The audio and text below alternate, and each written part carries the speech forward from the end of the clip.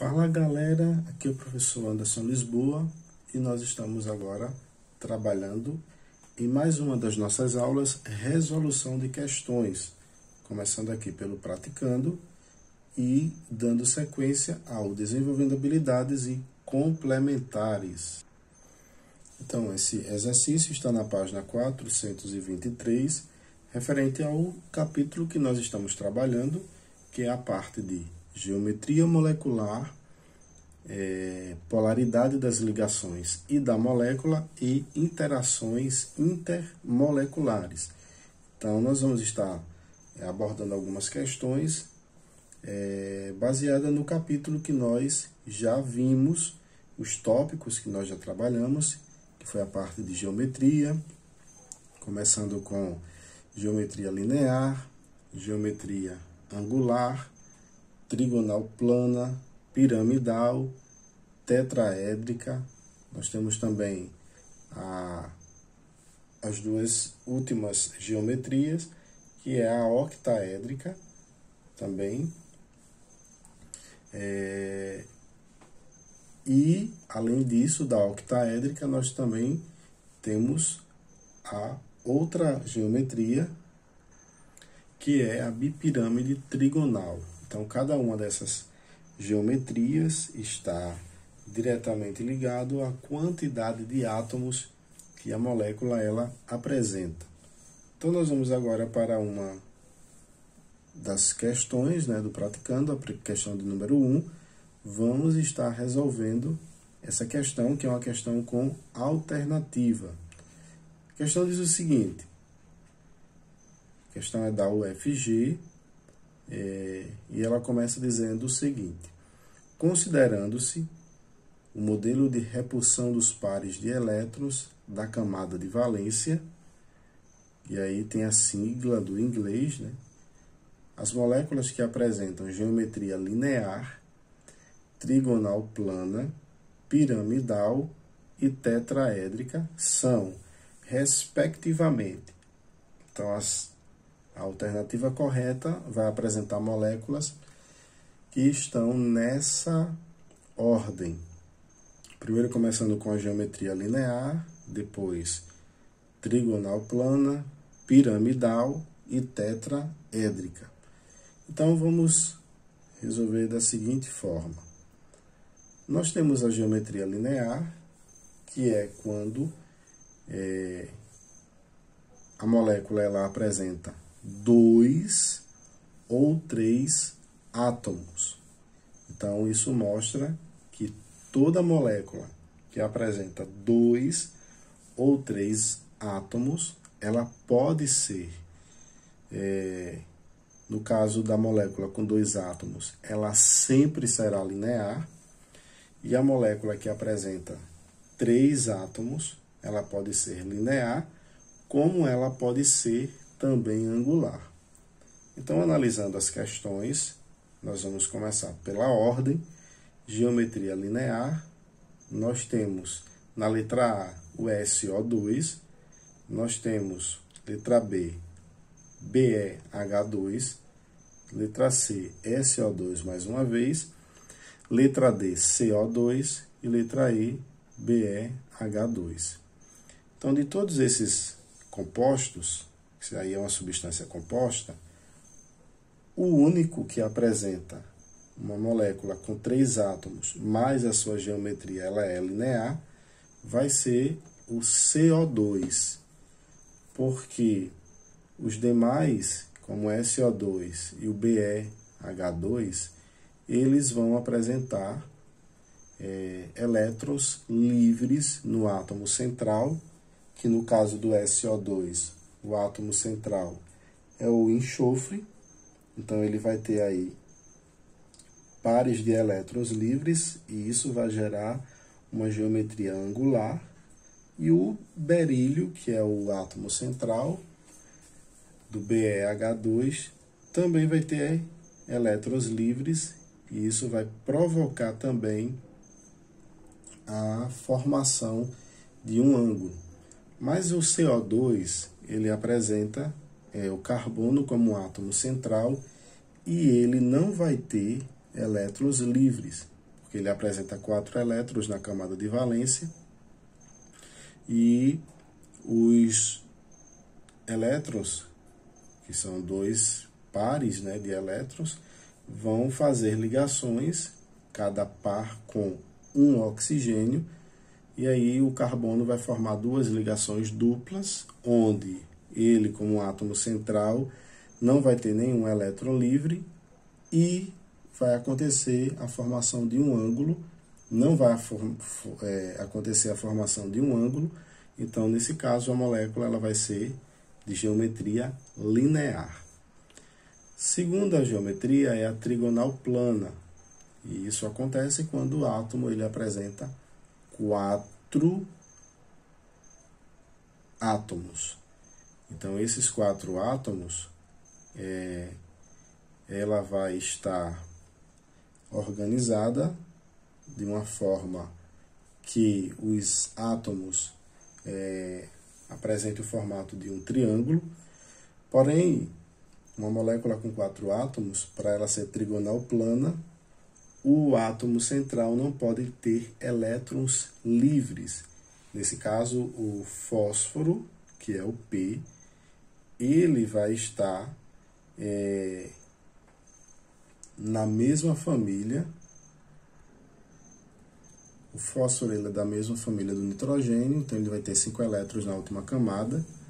Porém, fazendo uma correção, nós temos o berílio, que tem apenas 2 elétrons na última camada, e ele não vai ter elétrons livres. Então, tanto o berílio quanto o CO2, eles apresentam geometria linear. Então, nós temos o berílio. Então, o berílio, ele apresenta BeH2, ele apresenta também uma geometria linear. Então, o berílio aparece na letra B e aparece na letra E. O CO2 também é de geometria linear. Porém, quando nós vamos para o segundo composto, o PF3, nós temos o fósforo, que tem 5 elétrons na última camada. Dos 5 elétrons, ele vai estar utilizando 3 para fazer as 3 ligações com o flúor, vai sobrar 2. Então, nesse caso, a sua geometria ela é piramidal. Mas o BF3, que é o que acompanha tanto na letra B, BF3, quanto na letra E, BF3, ele é de geometria trigonal plana. Então, até então nós temos como alternativas corretas a letra B e a letra E. O terceiro composto, nós teremos aí o PF3 e o NH3 para a geometria piramidal. Então, tanto o PF3 como o NH3, eles vão ter 4 átomos, porém o átomo central vai apresentar elétrons livres. Então, esses elétrons que são livres, eles apresentam um par de elétrons, e isso faz com que ele ocupe um dos pontos ao redor do átomo central, formando aí uma geometria piramidal. Então, nós temos aí a geometria piramidal no caso da NH3, como também o PF3. E por último, a geometria tetraédrica, nós teremos o silício ligado a 4 átomos de hidrogênio e o enxofre ligado a 4 átomos de flúor. Então, nesse caso, nós temos 2 moléculas com 5 átomos, que é a característica da geometria tetraédrica. Então, nesse caso, nós temos aí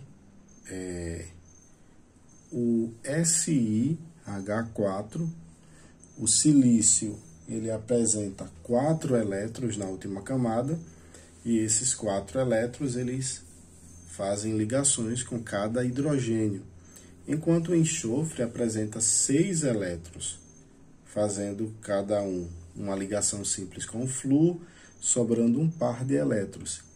E, por sobrar esse par de elétrons no átomo central, não caracteriza uma geometria tetraédrica. Então, no caso, a alternativa correta vai ser a letra B. Então, BeH2, geometria linear, BF3, trigonal plana, PF3, piramidal e SiH4, geometria tetraédrica. Então, nós temos aí a conclusão da questão de número 1, falando sobre a parte da geometria molecular. Então, vamos partir agora para a questão de número 2.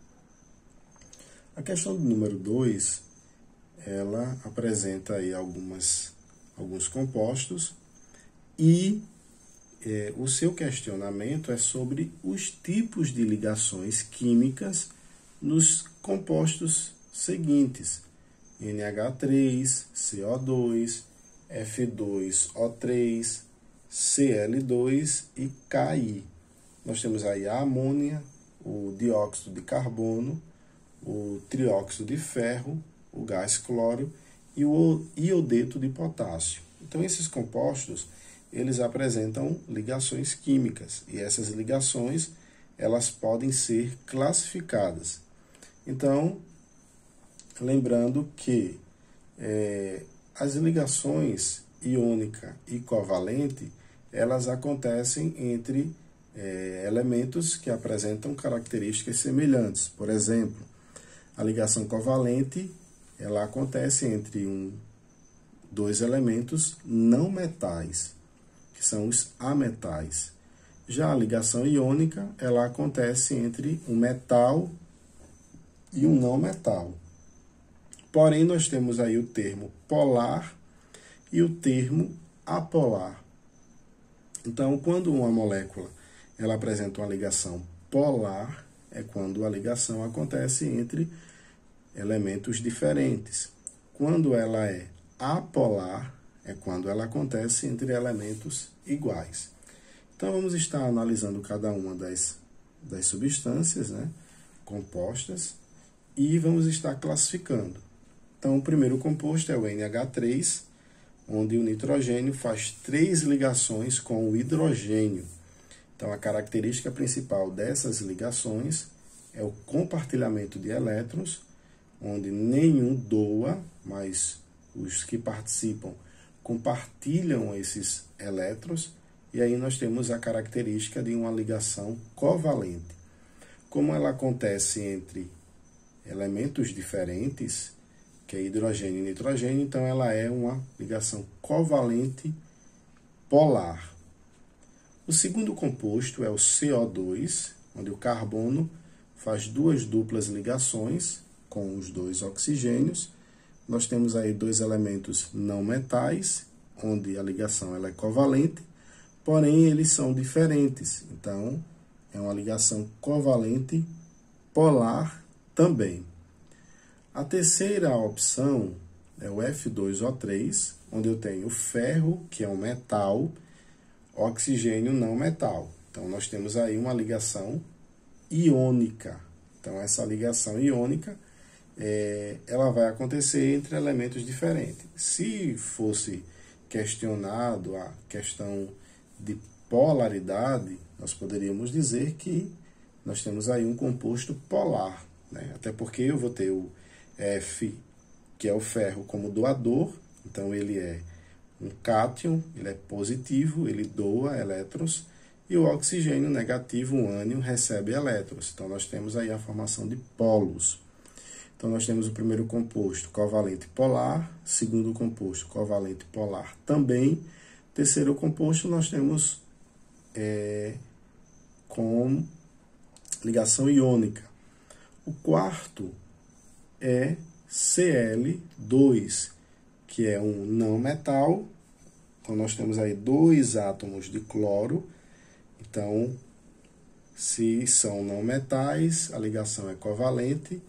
Por serem iguais, nós temos aí covalente apolar, porque não existe polos entre eles, são elementos iguais, então não tem aquele que vai atrair e aquele que vai receber, não tem diferença de eletronegatividade. Então, nesse caso, eu tenho aí covalente apolar. Por último, nós temos o iodeto de potássio, que é um sal, onde eu tenho o metal, que é o potássio, e o iodo, que é um não metal. Então, aí nós temos uma ligação iônica, onde o metal ele é o doador, ele é o cátion, e o não metal é o receptor de elétrons, ele é o ânion. Nós temos aí a formação de 2 polos. Então, finalizada a questão de número 2 com a alternativa letra A, abordando o tópico de ligação covalente, ligação iônica, com as suas devidas polaridades. Questão de número 5, onde nós vamos estar abordando ainda a parte de ligações. Questão de número 5, PUC Campinas, 2016. Então, PUC Campinas 2016 diz o seguinte: o quartzo é um mineral cuja composição química é SiO2, dióxido de silício. Considerando os valores de eletronegatividade para o silício e oxigênio, 1,8 e 3,5, respectivamente, seus grupos da tabela periódica. O silício pertence ao grupo 14 e o oxigênio ao grupo 16. Prevê-se que a ligação entre esses átomos seja...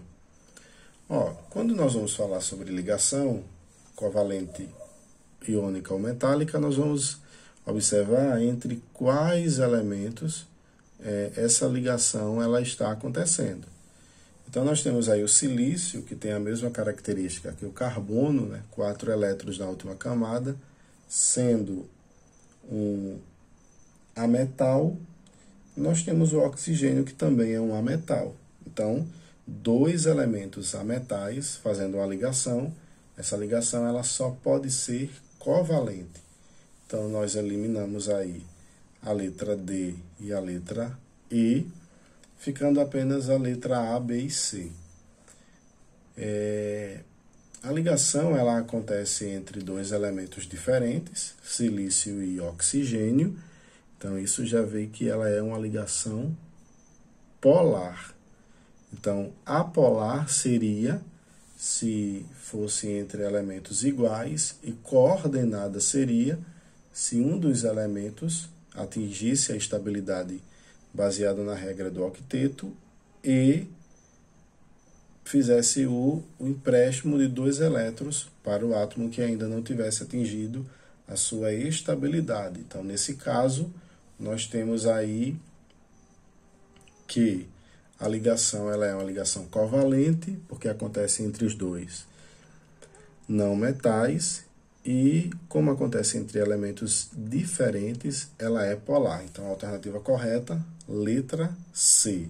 Então, mais uma questão sobre ligações químicas, com a alternativa aí, covalente polar, letra C. Vamos aqui para a questão do número 2, que diz o seguinte: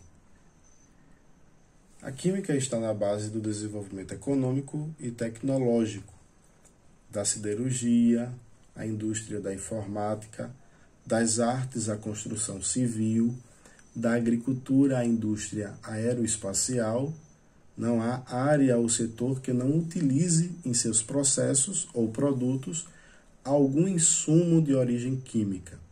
Um desses insumos é o metano, gás natural, usado como combustível na indústria química. A queima do metano pode ser representada pela seguinte equação: CH4, estado gasoso, mais 2 mol de O2, estado gasoso, produzindo CO2, estado gasoso, e 2 moléculas de água. Lembrando que essa equação ela é uma representação do processo de combustão, ou seja, queima do metano.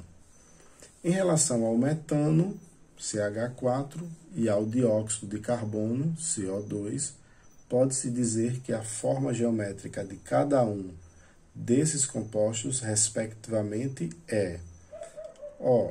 a questão ela aborda o metano, que tem 5 átomos. Então, toda molécula que tem 5 átomos, ela apresenta geometria tetraédrica. Então, nesse caso, nós vamos ficar apenas com a letra A, B e a letra E. A letra E fala em relação ao gás carbônico, né, o dióxido de carbono, que a sua geometria é a quadrática planar. Então, essa geometria a gente não aborda, tá? Em letra C e letra D, ele coloca como metano quadrática planar, então nós eliminamos também, ficando apenas a letra A e a letra B. A letra A, ela fala que o metano ele é trigonal planar. A trigonal planar ela é para moléculas em que apresenta 4 átomos. Então, nós já eliminamos. E ficando apenas aí a letra B como alternativa correta em relação à geometria tetraédrica do metano, com 5 átomos, e linear do gás carbônico, com 3 átomos. Então, finalizamos aqui a parte da resolução de questões, baseada nos tópicos que nós abordamos dentro do capítulo de geometria linear. Então, espero que vocês aproveitem bastante a resolução de exercícios para tirar as suas dúvidas, dando suporte aí na parte de resolução de questões para fortalecer a parte teórica de vocês dentro do capítulo que está sendo revisado. Então, um forte abraço e até a próxima.